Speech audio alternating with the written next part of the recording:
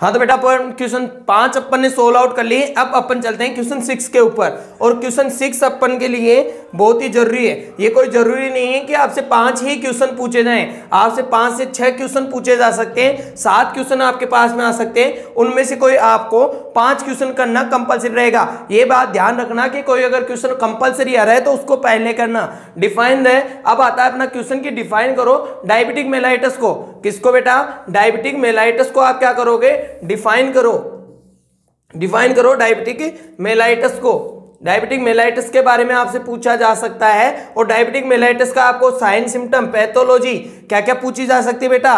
Pathophysiology पूछी जा सकती है, साइन सिम्टम पूछे जा सकते हैं, इटियोलॉजी पूछी जा सकती है, और इसके अलावा आपको एनसीपी भी इस पे ऊपर पूछा जा सकता है। या आपको हेल्थ एजुकेशन इसके लिए बोल सकता है कि हेल्थ एजुकेशन लिखो पेशेंट के लिए, कि डायबिटिक मेलाइटिस का जो पेशेंट है उसकी हेल्थ एजुकेशन आप क्या दोगे। तो मैंने पूरा यहाँ पे इंक्लूड किया है, आपको हर एक पॉइंट को पढ़ना है और समझना है। नेक्स्ट चलते हैं अपन इसके बाद में डायबिटिक क्या होती है। तो बेटा डायबिटिक का जनरल इंट्रोडक्शन अगर मैं बात करूं तो जनरल इंट्रोडक्शन आता है कि डायबिटिक क्या होती है? ग्रुप ऑफ मेटाबॉलिक डिजीज होती है। क्या होती है बेटा?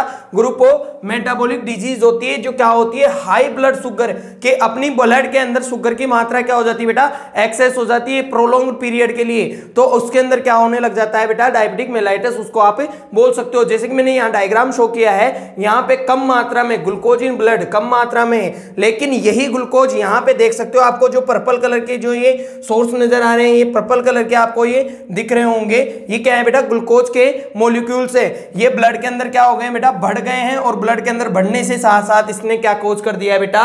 डायबिटिक मेलाइटिस को कोज कर दिया है। इसके अंदर जो सिम्टम्स है, highly blood sugar include frequent urination, frequent increase thrust और इंक्रीज हंगर। इन तीनों साइन को स्पेसिफिक पी नाम से जाना जाता है, पी साइन भी इनको बोलते हैं, पी साइन भी इनको बोलते हैं, जो डायबिटिक मेलाइटिस में देखा जाता है। पोलीयूरिया, क्या बेटा? पोलीयूरिया, इंक्रीज यूरिनेशन,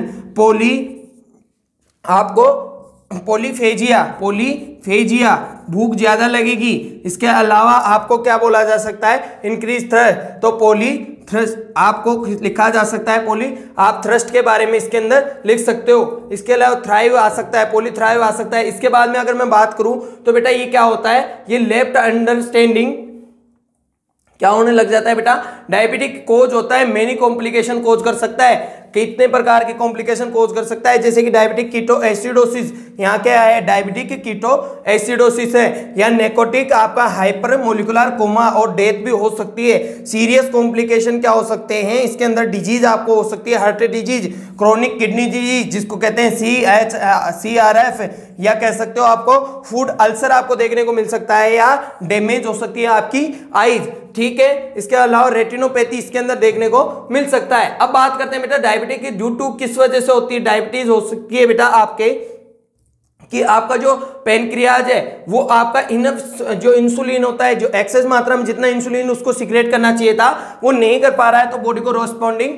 नहीं कर पाएगा, ठीक है। इसके बाद में अगर मैं बात करूं तो डायबिटिक कितने प्रकार की होती है बेटा? 3 प्रकार की होती है, टाइप फर्स्ट, टाइप सेकंड और जेस्टेशनल डायबिटिक। जेस्टेशनल डायबिटिक, तो इन तीनों के बारे में अपन पढ़ते हैं क्या क्या होता है। टाइप फर्स्ट के अंदर क्या होता है बेटा? इंसुलिन क्या होने लग जाता है बेटा? फेल होने लग जाता है, इनफ इंसुलिन प्रोड्यूस नहीं होता है। क्या कहते हैं बेटा? आपको result from the pancreas failure to produce enough insulin, जितना इंसुलिन चाहिए उतना प्रोड्यूस नहीं कर पा रहा है, जिससे क्या मिलेगा आपको? इसको कह सकते हो इंसुलिन डिपेंडेंट डायबिटिक मेलाइटिस। क्या क्या हो गए बेटा? इंसुलिन डिपेंडेंट डायबिटिक मेलाइटिस, या इसको कह सकते हो जुवेनाइल डायबिटीज कह सकते हो। इसका कोज कैसा है बेटा? अननोन कोज है, तो इसके बारे में आप लिख सकते हो। अगर इसके अंदर अगर आपसे पूछा जाए तो इसके अंदर आप बोल सकते हो कि इसके अंदर आपको इंसुलिन देना पड़ेगा।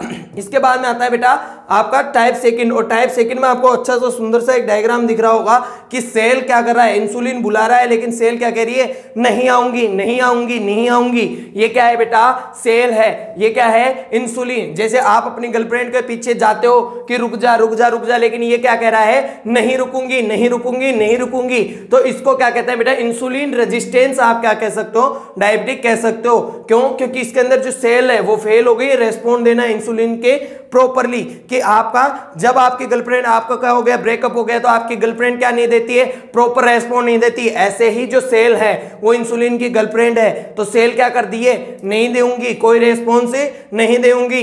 This from was the previous आपका रेफर्ड किया जाता है, इसको क्या कह सकते हो आपका NIDDM क्या कह सकते हो, non insulin dependent diabetic mellitus कह सकते हो। इसका प्राइमरी कोज क्या होता है, एक्सेसिव बॉडी वेट हो सकता है और आपका इनफ एक्सरसाइज आपको देखने को मिल सकती है। इसके बाद में अगर मैं चलूं तो जेस्टेशनल डायबिटीज, जेस्टेशनल डायबिटीज कब होती है बेटा, जेस्टेशनल डायबिटीज हो सकती है जब भी आपका थर्ड मैन आपका क्या होता है कर होती है, जब आपका कम हिस्ट्री हो, प्रीवियस हिस्ट्री हो डायबिटिक मेलाइटिस की, तो माता जी के अंदर डायबिटिक मेलाइटिस है तो बेटा जी के अंदर भी डायबिटीज देखने को मिल सकता है। अब कंपैरिजन करें, अगर आपसे डिफरेंस पूछे जा सकते हैं शॉर्ट नोट्स के अंदर, किसमें बेटा, शॉर्ट नोट्स में आपको डिफरेंस पूछे जा सकते हैं कि क्या होती है डायबिटिक फर्स्ट और क्या उसके फीचर होते हैं, तो इसके अंदर आपको पूछा जा सकता है शॉर्ट नोट्स के अंदर 4 नंबर का भी आ सकता है। तो अगर मैं बात करूं ऑनसेट सडनली होता है टाइप फर्स्ट, लेकिन ग्रेजुअली धीरे धीरे कौन सा होता है, टाइप सेकंड। अगर मैं एज की बात करूं तो एज मोस्टली किसमें देखने को मिलता है, टाइप फर्स्ट चाइल्ड के अंदर, लेकिन ये किसमें देखने को मिलता है, अडल्ट के अंदर। बॉडी साइज ये क्या होता है, थिन और नॉर्मल होता है, लेकिन इसमें कैसा रहता है, मोटा आदमी देखने को मिलेगा। कीटोएसिडोसिस डायबिटिक फर्स्ट में कॉमन है लेकिन इसमें रेयर चांस में होगा। अगर मैं बोलूं ऑटो एंटीबॉडी, इसमें क्या रहती है, प्रेजेंट रहती है, लेकिन इसमें क्या रहती है बेटा, एब्सेंट रहती है। Endogenous insulin low and absent, क्या हो रहा था, इंसुलिन से डिपेंडेंट नहीं थी, इंसुलिन डिपेंडेंट थी, लेकिन इसमें क्या होता है, नॉर्मल और डिक्रीज और इंक्रीज हो सकता है। आपका कंसिडरेशन और इंडिकेशन ट्वेंस 50%, लेकिन ये 90% होता है। प्रिविलेंस इसका 10% या 10% से लगभग 10% है, लेकिन इसका 90% है। इसके बाद में अगर मैं बात करूं नेक्स्ट इसका चलते हैं अपन कि डायबिटिक के कौन कौन से सिम्टम्स होते हैं। तो फीलिंग ऑफ हंगर, 3 P तो आपको लिखने ही लिखने हैं। तो फीलिंग ऑफ हंगर आपको क्या होगा बेटा, पॉलीडिप्सिया, पॉलीफेजिया, ठीक है बेटा। बर्निंग सेंसेशन, ब्लरिंग सेंसेशन, दिखने में प्रॉब्लम आएगी। फीलिंग थ्रस्ट, थ्रस्ट की फीलिंग आएगी। फ्रीक्वेंट यूरिनेशन, बार बार टॉयलेट जाना पड़ेगा। हाई ब्लड शुगर, अगर आप चेक करवाते हो ब्लड शुगर तो चेक क्या होगा बेटा, ज्यादा।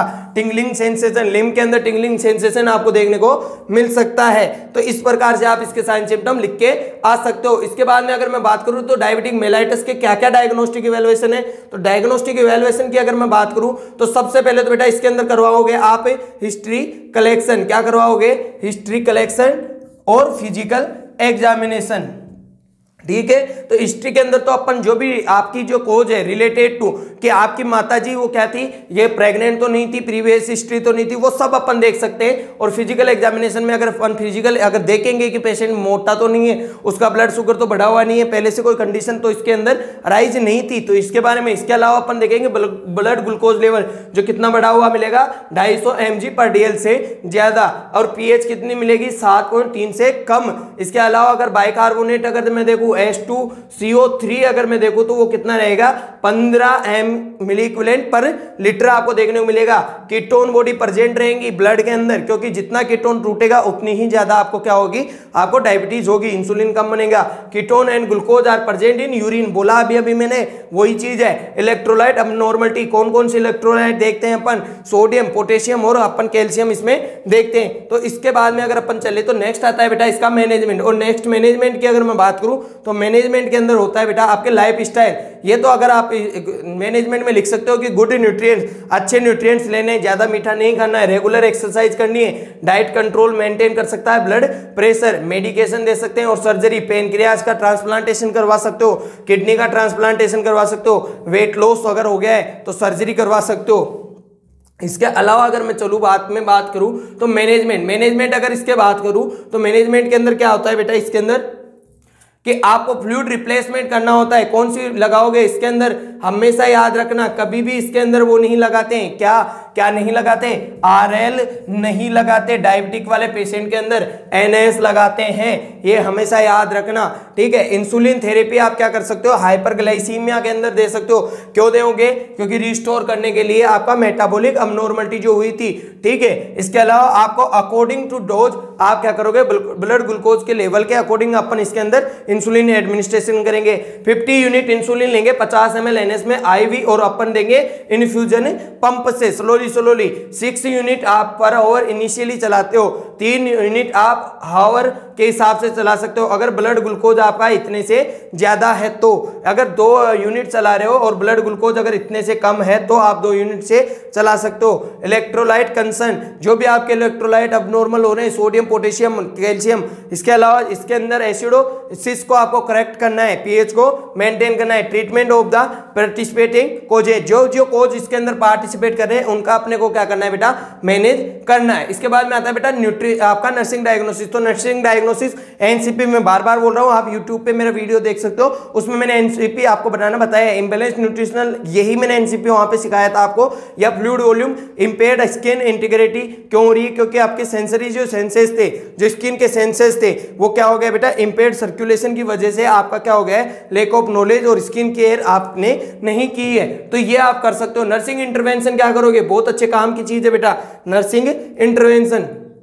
तो नर्सिंग इंटरवेंशन में अपने को क्या करना है बेटा, एडमिनिस्ट्रेशन करना है इंसुलिन को, ओरल एंटीबायोटिक ड्रग उसको देनी है एज प्रेस्क्राइब, जो भी आपके डॉक्टर ने प्रेस्क्राइब किया है वो। इसके अलावा ट्रीट करना है हाइपोग्लाइसीमिक कंडीशन को, कि पेशेंट के अंदर शुगर का लेवल भी इतने एक साथ में ज्यादा कम ना हो। जो रिएक्शन हो रही है प्रोमोटली उसको गिवन कर सकते हो। कार्बोहाइड्रेट इसके अंदर दे सकते हो, फ्रूट जूस, हार्ड कैंडी, आप हनी, आईवी, डेक्सट्रोज वगैरह आपको क्या करना है बेटा इसके अंदर आपको दे सकते हो। प्रोवाइड स्किन केयर, स्किन की केयर प्रोवाइड करवानी, स्पेशली आपका फीट और लेग। क्यों, क्योंकि इसके अंदर आपको याद रहना चाहिए कि कभी भी आपके नेल बड़े नहीं होने चाहिए। क्यों, क्योंकि पेशेंट को क्या हो सकती है बेटा, इंजरी हो सकती है। इसके अलावा आपको असिस्ट करना है पेशेंट को डेवलप करने के लिए कोपिंग स्टेजेस को। इसके अलावा keep accurate records, vital sign, weight, fluid volume, urine output, इन सबको आपको क्या करना है, मेंटेन करना है। तो इस हिसाब से अगर ये क्वेश्चन आता है बेटा 8 नंबर 16 नंबर में ये क्वेश्चन पूछा जा सकता है डायबिटिक का, तो आपको इस तरह से सोल्व आउट करना है। नेक्स्ट चलते हैं बेटा, एक शॉर्ट नोट्स है,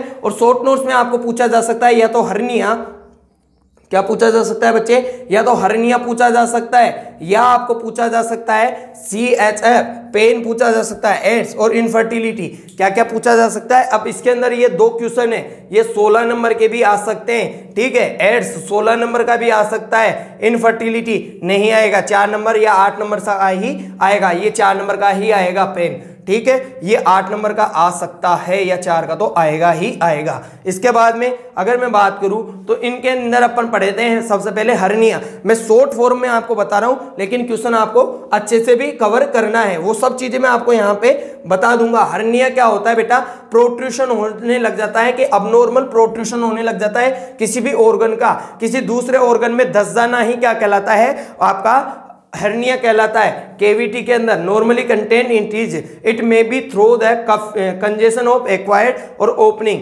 ठीक है, in the presence of the continuous repeat, आपका इंक्रीज एब्डोमिनल प्रेशर की वजह से आपका ये हो सकता है। इसके बाद में अगर मैं बात करूं तो यहाँ पे आपको भिन्न भिन्न प्रकार के आप क्या देख सकते हो, आप हर्निया देख सकते हो। सबसे पहले अगर मैं बात करूं, ठीक है, तो आपने देखा होगा इस टाइप का कोई हर्निया, ये कौन सा है, अम्लाइकल हर्निया, ये कौन सा है, एपिगेस्ट्रिक, अगर एब्डोमिनल कैविटी एपिगेस्ट्रिक रीजन में हो रहा है तो।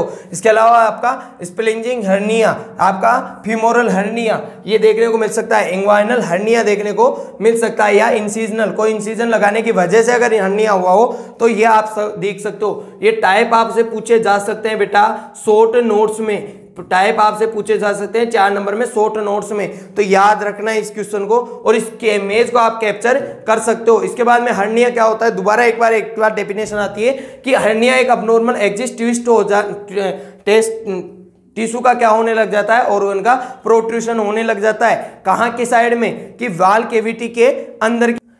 हाँ जी, हर्निया क्या होता है, अबनॉर्मल एग्जिस्ट होने लग जाता है टिश्यू का और ऑर्गन का, क्या होने लग जाता है बेटा, टिश्यू का और ऑर्गन का, सच एज बाउल, ठीक है। इसके अलावा वाल केविटी, इसके अलावा नॉर्मली रेडीज आपको देखने को मिल सकता है। Number of the type of the most commonly involve in abdominal specific groin area के अंदर हर्निया देखने को मिलता है। ग्रोन हर्निया को मोस्ट कॉमनली आप क्या कहते हो, इंग्वाइनल हर्निया का टाइप है, जो कब देखने को मिलता है बेटा, 50 ईयर्स की एज के अंदर आपको देखने को मिलता है। ग्रोइन एरिया, रिस्क फैक्टर क्या हो सकते हैं, स्मोकिंग हो सकते हैं, क्रोनिक ऑब्स्ट्रक्टिव हो सकते हैं। मेन सिम्टम क्या हो सकते हैं, स्वेलिंग, बल्ज आपको ग्रोइन एरिया, स्कोटम आपको देखने को मिल सकता है, कंटिन्यूअस टेस्टिज हो सकते हैं, इंक्रीज पेन होगा, साइड के बल्ज देखने को मिलेगी, पेन वाइल लिफ्टिंग, जब भी अपन वेट लिफ्ट कर रहे हैं तब पेन होगा, इंक्रीज आपका बल्जिंग साइज देखने को मिलेगी, डल एचिंग आपको सेंसेशन देखने को मिलेगा और आपको बाउल ऑब्स्ट्रक्शन आपको देखने को मिल सकता है। इसके बाद में आप इसके अंदर लिख के आ सकते हो इसका मैनेजमेंट, डायग्नोस्टिक इवैल्यूएशन में हिस्ट्री कलेक्शन लिख सकते हो आप, इसके अलावा फिजिकल एग्जामिनेशन लिख सकते हो, इसके अलावा क्या लिखोगे बेटा,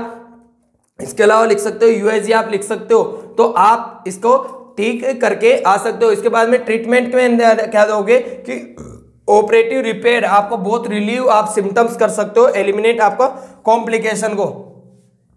सर्जिकल मैनेजमेंट, जो भी सर्जिकल मैनेजमेंट है वो क्या है, हर्नियोटोमी, रिमूवल कर देंगे शेप और क्लोजर को, ठीक है, नेक को, हर्नियोग्राफी, हर्नियोप्रेपी, इसके अंदर क्या करोगे, शॉर्ट आपका क्या कर दोगे, रिकंस्ट्रक्शन कर दोगे, इसमें क्या करोगे, रिस्टोर करके एनाटॉमिकल डिस्टर्बेंस को, इसके अलावा increase strengthening of abdominal wall को, इसके अलावा क्या कर सकते हो, कंस्ट्रक्ट कर सकते हो बेरियर रिकरेंस को। इसके बाद में चलते हैं बेटा नेक्स्ट क्वेश्चन, अपना नेक्स्ट क्वेश्चन है हर्निया है तो इस तरह से करना है, 4 नंबर या 16 नंबर से आपसे पूछा जा सकता है। अब आता है इंपोर्टेंट क्वेश्चन, आपका 16 नंबर में भी ये क्वेश्चन पूछा जा सकता है, ये है बेटा congestive cardiac failure, CHF, 4 number में या 16 नंबर में आपसे पूछा जा सकता है। कंजेस्टिव कार्डियक फेल्योर क्या होता है, इसको दूसरा नाम क्या कह सकते हैं, हार्ट फेल्योर भी आप इसको बोल सकते हो। तो इसमें क्या होता है, क्रोनिक प्रोग्रेसिव कंडीशन होती है जो अफेक्ट करती है पंपिंग पावर को, किसको अफेक्ट करती है बेटा, पंपिंग पावर को, किसकी, मसल्स, हार्ट मसल की पंपिंग पावर को क्या कर देती है, अफेक्ट कर देती है।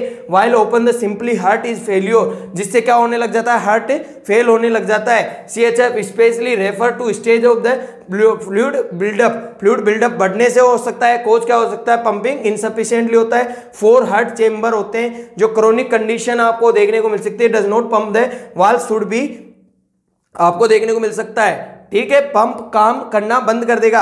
हार्ट फेल्योर कैन अकर, आपके क्या हो सकते हैं, heart can not pump, systolic नहीं करेगा, फेल हो जाएगा, डायस्टोलिक सीक्वेंसली। सिम्टम्स क्या देखने को मिल सकता है, सिम्टम शॉर्टनेस ऑफ ब्रीथिंग देखने को मिल सकता है, फटिगनेस देखने को मिल सकता है, सोलन रेग देखने को मिल सकता है, रैपिड हार्ट बीट देखने को मिल सकता है। ट्रीटमेंट क्या दोगे बेटा, ट्रीटमेंट के अंदर लेस साल्ट दोगे, लिमिटेड कर दो फ्लूइड इनटेक को, ठीक है, अगर प्रिस्क्रिप्शन कर रहे हैं मेडिकेशन जो देनी है, इसके अलावा डिफिब्रिलेटर एंड पेसमेकर आप इसके अंदर इंप्लांट कर सकते हो। इसके बाद में नेक्स्ट चलता है बेटा, अगर आपको ये क्वेश्चन नहीं आ रहा है तो एक बार ये डायग्राम अगर आप अच्छे से याद करोगे तो ये क्वेश्चन आपको इजीली आ जाएगा। ये हार्ट के 4 चेंबर होते हैं, कितने चेंबर होते हैं, 4। ये होता है right atrium, left atrium, right ventricle, left ventricle, यहां पे आपके वॉल पाए जाते हैं, क्या पाए जाते हैं बच्चा, वॉल पाए जाते हैं, राइट एट्रियम, और यहाँ पे क्या पाए जाते हैं बेटा, वॉल पाए जाते हैं, क्या पाए जाते हैं बेटा, वॉल पाए जाते हैं। और वॉल आप देख सकते हो कि इसके अंदर आपका कौन सा होता है, लेफ्ट वेंट्रिकल, और इसके अंदर सॉरी लेफ्ट एट्रियम आप देख सकते हो, यहाँ पे कौन सा वॉल है बेटा, लेफ्ट एट्रियम, कौन सा है, लेफ्ट एट्रियम। अगर मैं बात करूं ये कौन सी है, पल्मोनरी आर्टरी, ठीक है बेटा, पल्मोनरी वेन है, क्या बेटा, पल्मोनरी वेन, और ये लंग्स के बाद में अगर मैं बात करूं तो लंग्स से होके ब्लड गुजरता है आपका डीऑक्सीजनेटेड, ये कहां पे जाएगा, सीधा जाएगा लेफ्ट एट्रियम में। लेफ्ट एट्रियम में कौन लेके जा रही है बेटा, पल्मोनरी आर्टरी। अब पल्मोनरी आर्टरी यहां पे डालेगी, लेफ्ट वेंट्रिकल से सिस्टमिक सर्कुलेशन। अब अगर फ्लूइड इस साइड बढ़ रहा है तो आपका क्या देखने को मिलेगा, पल्मोनरी हाइपरटेंशन आपको देखने को मिल सकता है, पल्मोनरी एडिमा आपको देखने को मिल सकता है। लेकिन इस साइड अगर फ्लूइड बढ़ता है, फ्लूइड की मात्रा अगर इस साइड बढ़ती है तो इंक्रीज आपका क्या देखने को मिल सकता है बेटा, कार्डिक आउटपुट आपको देखने को मिल सकता है। इसके अलावा हार्ट रेट इंक्रीज देखने को मिल सकती है, और कई प्रकार के भिन्न प्रकार के आपको क्या देखने को मिल सकते हैं बेटा, कॉम्प्लिकेशन आपको देखने को मिल सकते हैं। इसके बाद में अगर मैं बात करूं तो नेक्स्ट आता है बेटा, इसके अंदर आपका इसका एक स्टेज कौन कौन सी होती है, तो स्टेज इसके अंदर क्या होती है बेटा, 4 स्टेज होती है, क्या होती है बेटा, 4 स्टेज होती है, ठीक है, स्टेज फर्स्ट, स्टेज सेकंड और स्टेज फोर्थ। इसके अंदर क्या होने लग जाएगा, कंफर्टेबल नहीं होगा। स्टेज फर्स्ट के अंदर ब्रीथलेसनेस होगा, इसके अलावा आपका कंफर्ट फील नहीं कर पाएगा, हार्ट ब्रीथलेसनेस देखने को मिलेगा। थर्ड स्टेज के अंदर आपको क्या देखने को मिल सकता है बेटा, आपका जो पेशेंट है उसके अंदर क्या देखने को मिल सकता है बेटा, आपका पल्पिटेशन आपको देखने को मिल सकता है। फोर्थ स्टेज के अंदर ये इमेज आपको पूरी फुली दिख नहीं रही होगी, आप कैप्चर कर लो इस इमेज को, ठीक है। इसके अलावा टेंडरनेस आपको देखने को मिल सकता है, एंजाइटी आपको देखने को मिल सकती है। अब इसका जो इंपॉर्टेंट आता है बेटा वो जो आता है मैनेजमेंट। मैनेजमेंट में क्या करोगे, जनरल मैनेजमेंट में क्या करोगे बेटा, जनरल मैनेजमेंट में आपको करना है कि पेशेंट को क्या देना है बेटा, रेस्ट देना है, माइल्ड सेडेशन आप दे सकते हो, प्रॉपर पोजीशनिंग मेंटेन करके रखोगे, ह्यूमिडिफाई ऑक्सीजन आप दे सकते हो, साल्ट रेस्ट्रिक्ट है, फ्लूइड रेस्ट्रिक्ट है। इसके अलावा क्या दे सकते हो, प्रीलोड, ठीक है बेटा, प्रीलोड हो रहा है तो आप क्या दोगे, डायूरेटिक्स इसके अंदर दे सकते हो, डायूरेटिक दे सकते हो। इसके अलावा फ्रिसेमाइड, क्लोर आपका हेक्सेडीन दे सकते हो, स्पाइरानोजोल दे सकते हो। इसके बाद में अगर मैं बात करूं तो पॉजिटिव इंपोर्टेंट आपका आइनोट्रोप है, गायनेकोसाइड आप दे सकते हो। इसके अलावा डोपामिन दे सकते हो, डोपिटामाइन दे सकते हो आप, इसके अंदर केटाकोलेमिन दे सकते हो। इसके अलावा आपका एजेंट एमिड्रोन और मिरोन आप दे सकते हो।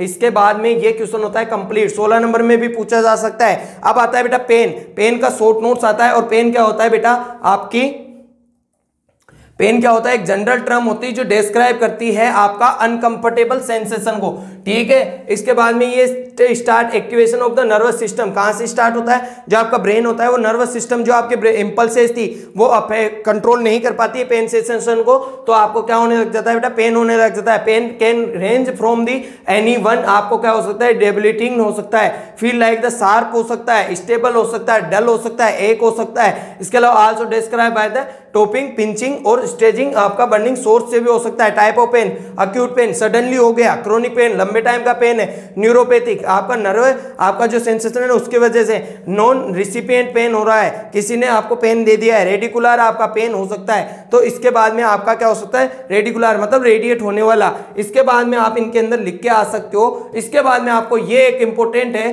कि ये क्या है बेटा, पेन स्केल, क्या है बच्चे, पेन स्केल, पेन स्केल। और पेन स्केल के बारे में आप लिख के आ सकते हो। तो पेन स्केल के बारे में आपको अगर इस प्रकार के इमोजी आप बना के आओ तो ये क्या है बेटा, पेन स्केल, क्या है, पेन स्केल। और पेन स्केल को आप 3 प्रकार के आप पॉइंट दे सकते हो। सबसे पहले नो पेन, पेन नहीं होता तो उसको क्या दोगे बेटा, 0 नंबर, मतलब इसका जो माउथ है वो एकदम अच्छा है। माइल्ड पेन, इसके अंदर 1 से 3 तरह का आप नंबर दे सकते हो। इसके बाद में मॉडरेट, तो उसका चेहरा थोड़ा सा ऐसा रहेगा। सीवियर, इसके अंदर 4 से 6 नंबर दे सकते हो। वेरी सीवियर, बहुत ज्यादा पेन हो रहा है तो उसको दोगे 7 से 9 नंबर। और अगर ब्रस्ट पेन हो रहा है, रोने वाली स्थिति कंडीशन अराइज हो रही है तो 10 नंबर आप इसके अंदर दे सकते हो। तो इस प्रकार से अगर आप ये बना के आते हो डायग्राम तो इसके अंदर आपको फायदा ही होगा, नुकसान नहीं होगा। अब की पॉइंट क्या है पेन को रिलीव करने के लिए, क्या है बेटा, की पॉइंट वो पढ़ते हैं पेन को रिलीव करने के लिए। तो आपको क्या करना है बेटा, पेन रिलीव आप मेडिकेशन इसके अंदर दे सकते हो। इसके अलावा क्या कर सकते हो, फिजिकल थेरेपी आप दे सकते हो, सच एज हर्ट और कोल्ड पैक्स आप दे सकते हो, मसाज कर सकते हो,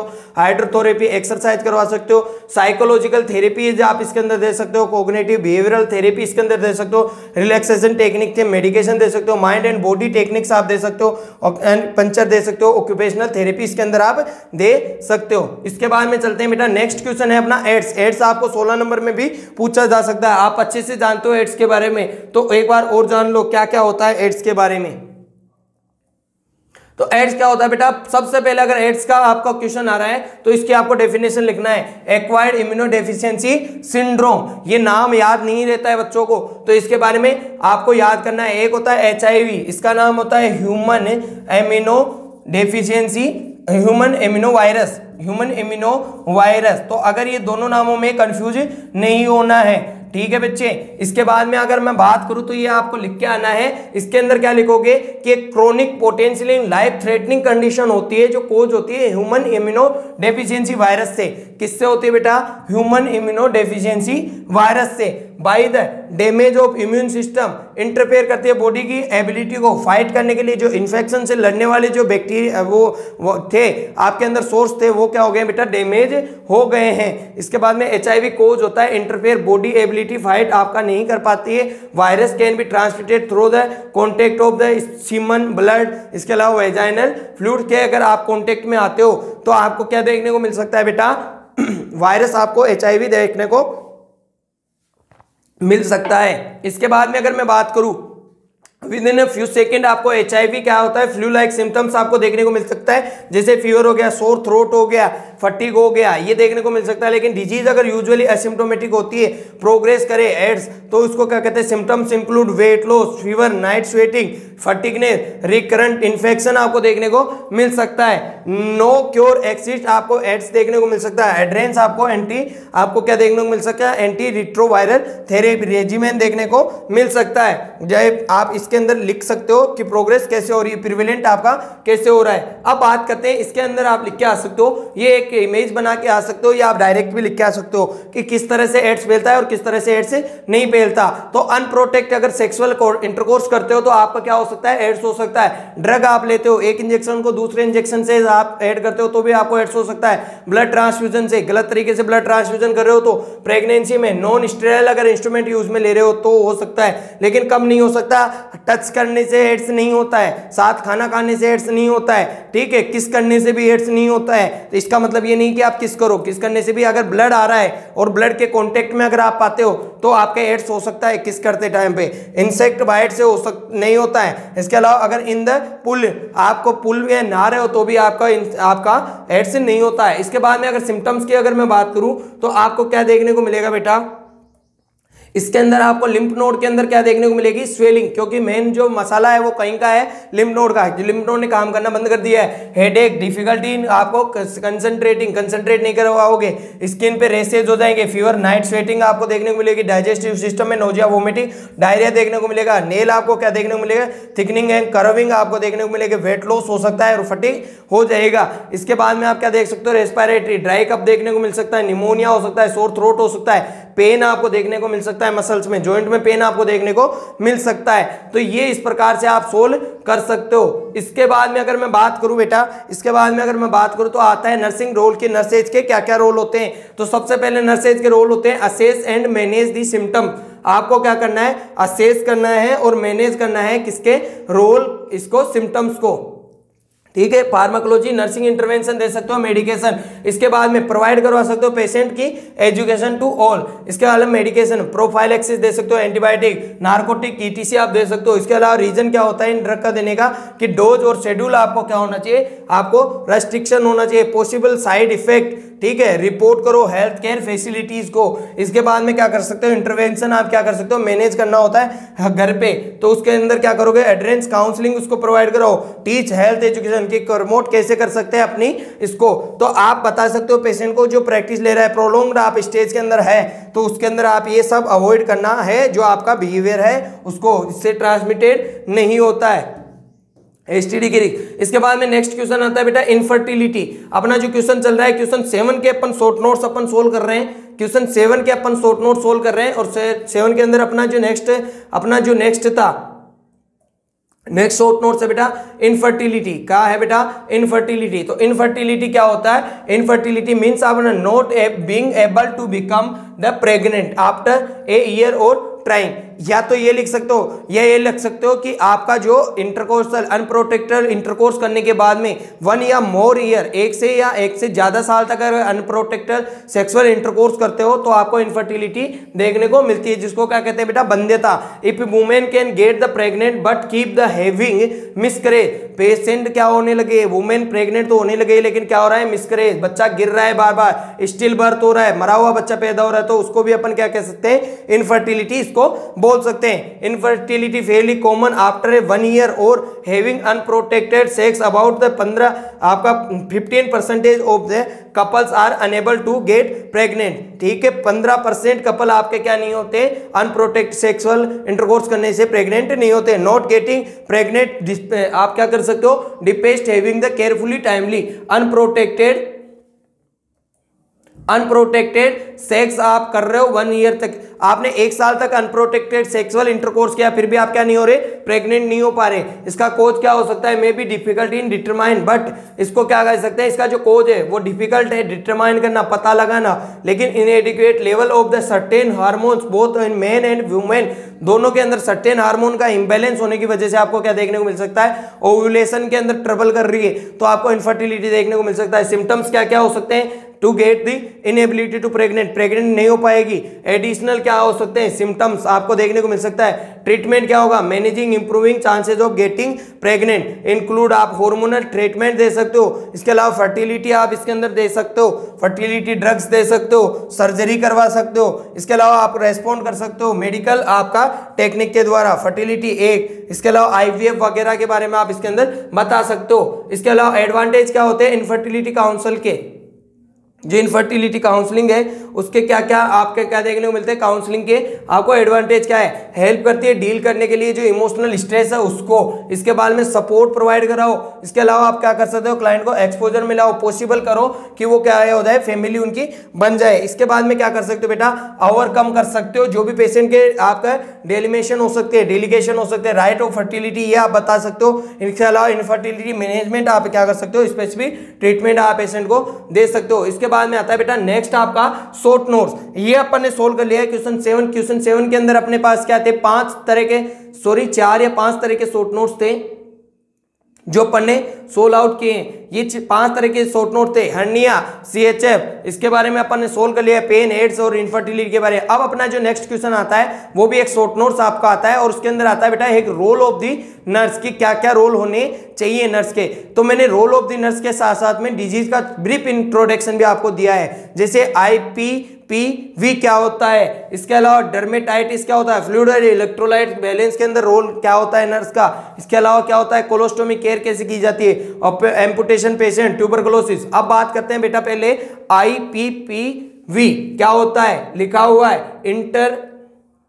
क्या होता है बेटा, intermediate positive pressure ventilation. Ventilation के बारे में मैंने आपको वैसे बता दिया, एक बार और देख लो इसके अंदर रोल क्या क्या होते हैं। तो इंटरमीडिएट पॉजिटिव प्रेशर वेंटिलेशन क्या होता है, एक प्रोसेस होती है जिसके अंदर क्या होता है, मैनुअल मैकेनिकल आपको वेंटिलेटर के थ्रू वेंटिलेटिंग पेशेंट को आप क्या देते हो बेटा, एंडोट्रेकियल ट्यूब से, ट्रेकियोस्टोमी से, एनेस्थेसिया से आप क्या देते हो बेटा, ब्रीथिंग सिस्टम होता है, एयरवे आपको मेंटेन करना होता है। इसके अलावा आप क्या कर सकते हो बेटा, इसके अंदर मेंटेन करोगे अप्रोप्रिएट इमरजेंसी एयरवे, ठीक है। इसके अलावा क्या रखोगे बेटा, बेड साइड आपको क्या होने चाहिए, ये सब ड्रग्स आपके पास में होनी चाहिए। चेंज सर्किट ट्यूबिंग, चेंज और सर्किट और ट्यूब को आपको क्या करना है बेटा, चेंज करना है। प्रोवाइड एडुकेट ह्यूमिडिफिकेशन, आप पेशेंट को क्या करवा सकते हो, प्रोवाइड करवा सकते हो। जो भी सिक्रेशन आ रहा है उसको क्लियरेंस कर सकते हो। रूटीन नर्सिंग केयर उसको दोगे, इंक्लूड क्या क्या हो सकते हैं, अनकॉन्शियस पेशेंट है तो उसको रूटीन आप केयर दे सकते हो, ब्रश वगैरह करवाना है, नेल कटिंग, हेयर कटिंग वगैरह करवा सकते हो। अप्रोप्रिएट माउथ केयर उसको पेशेंट को दे सकते हो। इसके बाद में अगर मैं बात करूं तो आता है डर्मेटाइटिस। डर्मेटाइटिस क्या होता है बेटा, सबसे पहले डर्मेटाइटिस को जानते हैं। एक आपको इमेज शो हो रही होगी, थोड़ा सा आपको आइडिया भी लग रहा होगा कि क्या होते हैं डर्मेटाइटिस। तो डर्मेटाइटिस क्या होता है, जनरल आपकी टर्म होती है, स्किन से रिलेटेड स्किन इरिटेशन होता है। किसका है ये, डर्मेटोलॉजी, डर्मेटोलॉजी का डिजीज है, स्किन से रिलेटेड डिजीज है। क्या करता है बेटा, डर्मेटाइटिस क्या होता है, कॉमन होता है, कॉमन कंडीशन होता है जो आपका क्या होने लग जाता है, कोज होने लग जाता है मेनी फॉर्म्स के अंदर। यूजुअली इन्वॉल्व इचिंग आपको देखने को मिल सकते हैं, स्किन के रेसेस, सोलन आपको देखने को यहाँ पे दिख रहा होगा, ये सब आपको दिख रहा होगा। रेडनेस स्किन, ये में कोज आपका क्या हो सकता है, ब्लिस्टर, ओजोन क्रस्ट और आपका फ्लैक ऑफ भी आपको देखने को मिल सकता है। नेक्स्ट चलते हैं बेटा, इसके अंदर अपन का क्या रोल है, role of the nurse. Role of the nurse को क्या है बेटा, इसके अंदर आपको कि क्या रोल होने चाहिए, रोल होनी चाहिए बेटा पेशेंट के कि आपको नर्स के कि जितना भी रिकॉर्ड है, जितने भी साइन एंड सिम्टम है उसका रिकॉर्ड आपको मेंटेन करके रखना है, हिस्ट्री वगैरह के कोलैबोरेट करना है। जो भी टर्म्स प्लान पेशेंट की केयर है उसके बारे में, advocate for the health care wellbeing patient के बारे में, मॉनिटर करना है पेशेंट की हेल्थ के बारे में, रिकॉर्ड ऑफ साइन एडमिनिस्ट्रेशन करना है, मेडिकेशन एंड ट्रीटमेंट्स के बारे में, ऑपरेट करना है मेडिकल इक्विपमेंट को, ठीक है। इसके अलावा परफॉर्म करना है डायग्नोस्टिक टेस्ट के बारे में। इसके अलावा एजुकेशन करना है पेशेंट को कि मैनेज कैसे करे, जो इलनेस हो रही है, जो बीमारी डर्मेटाइटिस हो रही है उसको मैनेज कैसे करे। तो ये पॉइंट आप इसके अंदर लिख के आ सकते हो। नेक्स्ट चलते हैं बेटा अपन अब कि फ्लूइड इलेक्ट्रोलाइट इंबैलेंस, इसके अंदर नर्सिंग का क्या रोल है। तो सबसे पहले आता है बेटा इसके अंदर नर्सिंग का इंटरवेंशन की क्या इंटरवेंशन है, वही आपका क्या होता है, रोल होता है। तो सबसे पहले क्या करना है बेटा, आपको इसके अंदर करोगे, मॉनिटर करोगे हार्ट रेट और रिदम को, ठीक है। फ्लूइड इलेक्ट्रोलाइट इंबैलेंस से आपको क्या करना है बेटा, रिदम और रेट को आपको क्या करना है, मॉनिटर करना है। मॉनिटर करना है क्लाइंट को रिसीव किया है कि नहीं किया है, ठीक है।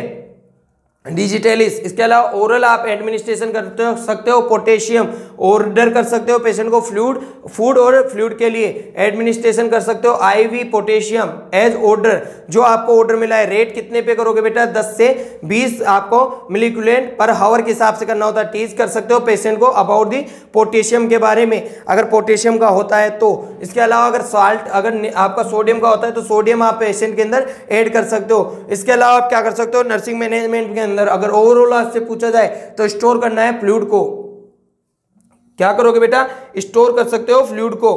क्या करोगे बेटा, स्टोर कर सकते हो जो भी फ्लूइड है उसको, और उसके बारे में आप लिख सकते हो। यहां पे आपको क्या करना होता है, रिस्टोर करना होता है फ्लूइड को, जो भी ओरल है, आईवी है, उसके बारे में। इसके बाद में मॉनिटर करोगे, ट्रीट करोगे, अंडरलाइन जो भी कोजेज है पेशेंट के अंदर उनको ट्रीट करोगे, मॉनिटर करोगे इनटेक आउटपुट को। इसके अलावा आप क्या कर सकते हो, 8 आवर डेली वेट करना है पेशेंट का, वाइटल साइन चेक करने, स्किन की इंटीग्रिटी, यूरिन कंसंट्रेशन, तो आप ये भी लिख के आ सकते हो जब आपको फ्लूइड इलेक्ट्रोलाइट इंबैलेंस के बारे में पूछा जाए तो। नेक्स्ट चलते हैं बेटा, इसके बाद में नेक्स्ट अपना क्वेश्चन है जो है बेटा कोलोस्टोमी। कोलोस्टोमी क्या होती है बेटा, एक आर्टिफिशियल ओपनिंग देखने को मिलती है पेशेंट के अंदर। क्या देखने को मिलती है बेटा, आर्टिफिशियल ओपनिंग कर देते हैं जब अगर आपका स्टूल पास आउट नहीं हो पा रहा है। क्यों नहीं हो पा रहा है, या तो आपकी क्या है, आपकी जो एनस है वो इनपरफोरेटेड है, या पेशेंट की जो ऑब्स्ट्रक्शन हो गया है तो उस वजह से। तो कोलोस्टोमी क्या होता है, एक सर्जिकल प्रोसीजर होता है जिसके अंदर ब्रिंग आपको एंड टू आपको लार्ज इंटेस्टाइन, वहां से क्या कर दिया जाता है बेटा, एब्डोमिनल वाल से किया जाता है आर्टिफिशियल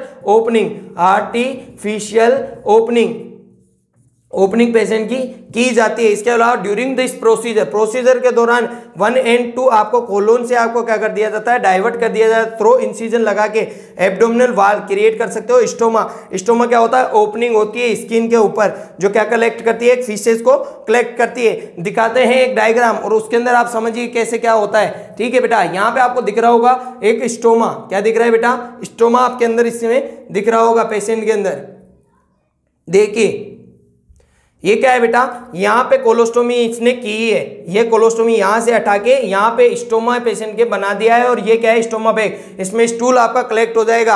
अगर ये 4 टाइप की होती है, असेंडिंग कोलोन में लगाए तो असेंडिंग आपको क्या कह सकते हो, कोलोस्टोमी ट्रांसफर में। इसके अलावा आप क्या कह सकते हैं, डिसेंडिंग और आपका सिग्मोइड कोलोन में। तो ये 5 जगह है इसके करने की। ये क्या है बेटा, स्टोमा, क्या है बच्चे, स्टोमा, और ये क्या है बेटा, स्टोमा बैग, इसके अंदर आप बोल सकते हो। इसके बाद में अगर मैं बात करूं तो इसकी केयर कैसे करोगे, तो केयर करने के लिए आपको क्या आना चाहिए बेटा, इसके बारे में पता होना चाहिए। रोल ऑफ द नर्स क्या क्या हो सकते हैं, care of the colostomy, colostomy की केयर करनी है। इसके अलावा क्या कर सकते हो बेटा, कि उसके जो राइट साइज है पाउच की बेयरिंग ओपनिंग हुई है कि नहीं हुई है, आप चेंज कर सकते हो पाउच को। रेड आपको अवॉइड कर सकते हो, स्किन इंटीग्रिटी हो, केयरफुली पुलिंग कर सकते हो। इसके अलावा क्या कर सकते हो, पेशेंट को रिमूव करने टाइम 1 डे अनलेस प्रॉब्लम हो रही है तो क्लीन कर सकते हो, स्किन के अराउंड जो वाटर है उसको। इसके अलावा डॉक्यूमेंट कर सकते हो ऑल द अपीयरेंस, जैसा भी आपको अपीयरेंस दिख रहा है, शाइनी दिख रहा है, थ्रस्ट दिख रहा है, एडिमेटस दिख रहा है, ड्राई दिख रहा है, माउथ टेक्सचर वगैरह दिख रहे हैं, तो उसके अलावा आप क्या कर सकते हो, इसको स्मूथ दिख रहा है तो ये सब आप ऐड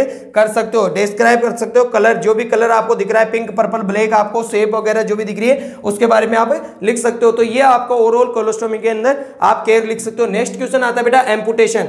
आपको एक डायग्राम दिख रहा होगा एम्पुटेशन, और एम्पुटेशन क्या होता है बेटा, रिमूवल ऑफ द लिम्ब और ट्रोमा, मेडिकल इलनेस सर्जरी के दौरान सर्जिकल मेजर्स होता है जो अनकंट्रोल करने के लिए, पेन डिजीज को प्रोग्रेस होने के लिए, अफेक्ट होने के लिए, लिम्ब आपको मेलिग्नेंसी अगर गैंग्रीन वगैरह हो गई है तो यहाँ पे देख रहे हो कि ये पेशेंट का जो लिम्ब है उसको काट दिया गया है, रिमूव कर दिया गया है, जो लेग है उसको काट दिया गया है, ये क्या कहलाता है बेटा, एम्पुटेशन कहलाता है। इसके अंदर आपको देखने को मिलेगा कि ये इसके अंदर आपको प्री ऑपरेटिव क्या करना है, तो प्री ऑपरेटिव में अगर आपको देखना है तो उसके अंदर आपको क्या करना है बेटा, प्री ऑपरेटिव में पेशेंट के अपन क्या करेंगे, पेशेंट के वाइटल साइन लेंगे, वाइटल साइन अपन चेक करेंगे, पेशेंट को कंफर्ट पोजीशन देंगे,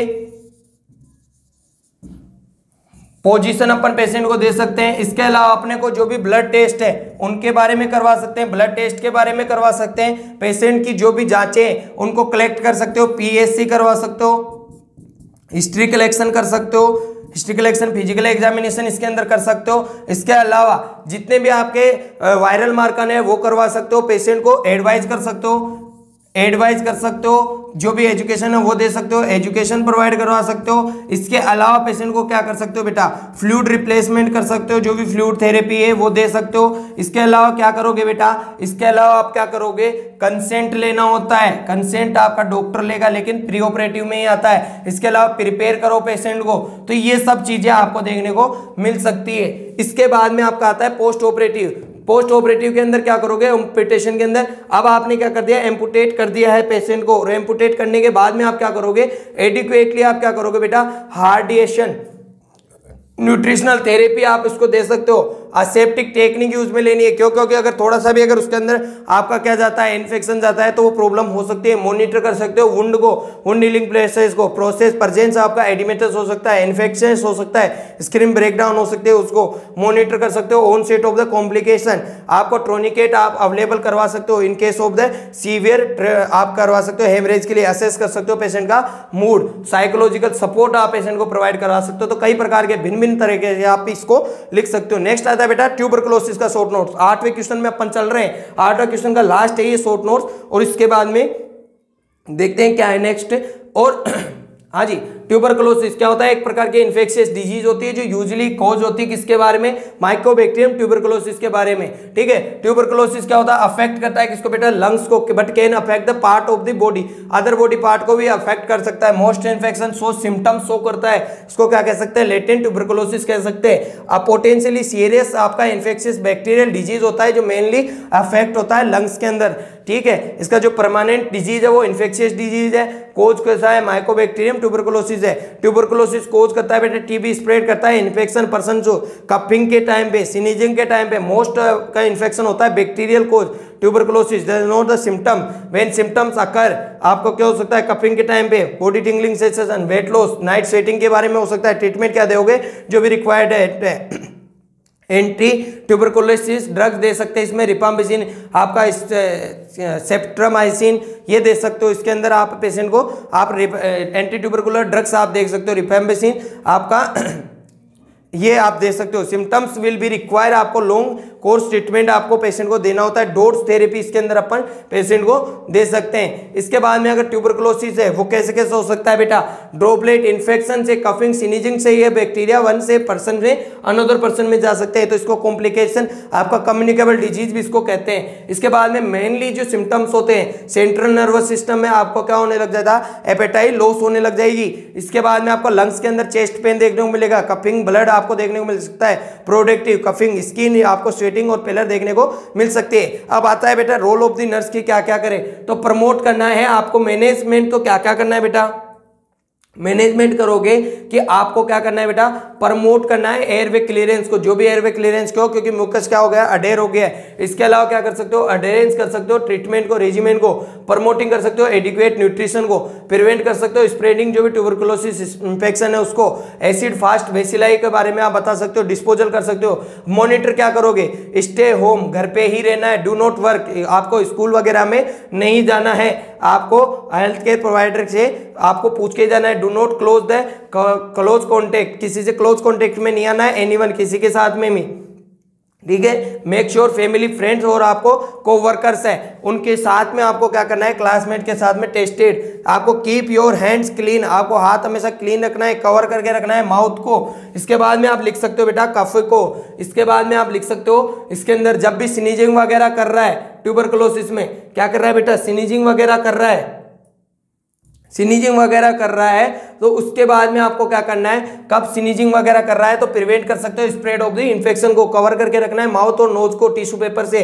पुट ऑफ द यूज आपको क्या कर सकते हैं, क्लोज बैग आपको यूज में ले सकते हो। इसके बाद में क्या कर सकते हो, if don't have the tissue coughing sneezing upper आपका क्या कर सकते हो, elbow, put on hands, wash कर सकते हो हैंड्स को। इसके अलावा सोप एंड क्लीन वाटर से आप कर सकते हो, कम से कम 20 मिनट तक आपको क्या करना है, आपको साफ करना है। एल्कोहल बेस्ड जो आपका हैंड सैनिटाइजर आता है जो आप कोरोना के टाइम पे खूब यूज में ले रहे थे, तो उसके बारे में आपको क्या करना है बेटा, सोल आउट करना है। इसके साथ में अपन ने क्वेश्चन किया है 8 आपका सॉल्यूशन किया है 8 क्वेश्चन का, 8 क्वेश्चन सोल्व किया है। इसके अंदर आपके 5 शॉर्ट नोट्स थे, रोल ऑफ द नर्स पूछे थे, तो मैंने इनके बारे में डिजीज के बारे में भी आपको ब्रीफ नॉलेज दिया है कि आपको IPVV पूछा जा सकता है, डर्मेटाइटिस, फ्लूइड इलेक्ट्रोलाइट, कोलोस्टोमी वगैरह में पूछा जा सकता है। इसके बारे में आपको पूछा जा सकता है। इसके बाद में अपन देखते हैं बेटा नेक्स्ट, आपको ये होता है अपना पेपर कंप्लीट। इसी के साथ में पेपर अपना कंप्लीट हो गया है। अपन ने 8 क्वेश्चन सोल्व किए और इन 8 क्वेश्चन के बारे में मैं आपको एक बार ब्रीफ नॉलेज दे देता हूं बेटा। इनमें से आपको ज्यादा नहीं कहूंगा, 60 से 70% वेटेज आपको यहां से मिलने वाला है। पूरे क्वेश्चन आपको करना कंपलसरी है, ऑल क्वेश्चन अटेम्प्ट करना है, कोई भी क्वेश्चन आपको नहीं छोड़ना है। क्वेश्चन में क्या पूछा गया है ध्यान से आपको स्ट्रेस नहीं लेना है, ध्यान से पढ़ना है। क्वेश्चन को केयरफुली पढ़ो, पीसफुल इवेंट के साथ में पढ़ो। अगर ज्यादा प्रॉब्लम हो रही पानी पियो और पानी पीने के बाद में आपने पेपर दोबारा से स्टार्ट करो। थ्रोट प्रोसेस स्टार्ट करना। एनसीपी पूछा जा रहा है तो एनसीपी बनाना ही है और एटलीस्ट 4 एनसीपी बनाने हैं। कंपलसरी क्वेश्चन को करना जरूरी है, कंपलसरी क्वेश्चन को करना जरूरी है। तो इन बातों का आप ध्यान रखोगे और इसी के साथ में अपन चलते हैं कि एग्जाम क्या होता है। An exam is the only way to know something about the subject you are threat, कि आप एग्जाम ही बता सकता है कि जो आपने जो सब्जेक्ट लिया है वो एक ओनली वे है जो आपको पता लगा सकता है कि आपको क्या आता है, क्या आपको इसके बारे में आपके अंदर पता होना चाहिए। ट्रिबल आप कर सकते हो, ठीक है बेटा, इसके बारे में आपको पता होना चाहिए। और इसी के साथ में आपको क्या करना है बेटा कि हौसलों से उड़ान मिलती है, हौसलों से उड़ान मिलती है। तो अपने पंखों को क्या कर लो बेटा, फैला लो और वो हौसलों की उड़ान तक आपको पहुंचना है। और 9 तारीख के दिन आपको MSN फर्स्ट का पेपर आपको सोल्व करना है और अच्छे से सोल्व करना है। जितने क्वेश्चन मिले मेरे को कमेंट बॉक्स में जरूर बताएं। और बेटा आपके लिए तब तक के लिए thank you so much, thank you so much. और आपने बहुत अच्छा साथ दिया, इतने टाइम का वीडियो देखा आपने। और उसके बाद में मैं एक बार फिर से तहे दिल से स्वागत करता हूं। आने वाले पेपर भी आपको इसी ऐप पे आपको अवेलेबल रहेंगे पूरे सब्जेक्ट के। हमारे सोशियोलॉजी का पेपर 100 में से 100 पे क्वेश्चन आपको मिले हैं। तो बेटा आप इसको सोल्व आउट करें और अच्छे से रहें और घर रहे, ध्यान रहे, पढ़ाई में दिमाग लगाएं और पूरा पेपर सोल्व करें। जो पूछा है उसके बारे में आपको ध्यान से करना है। तो थैंक यू सो मच।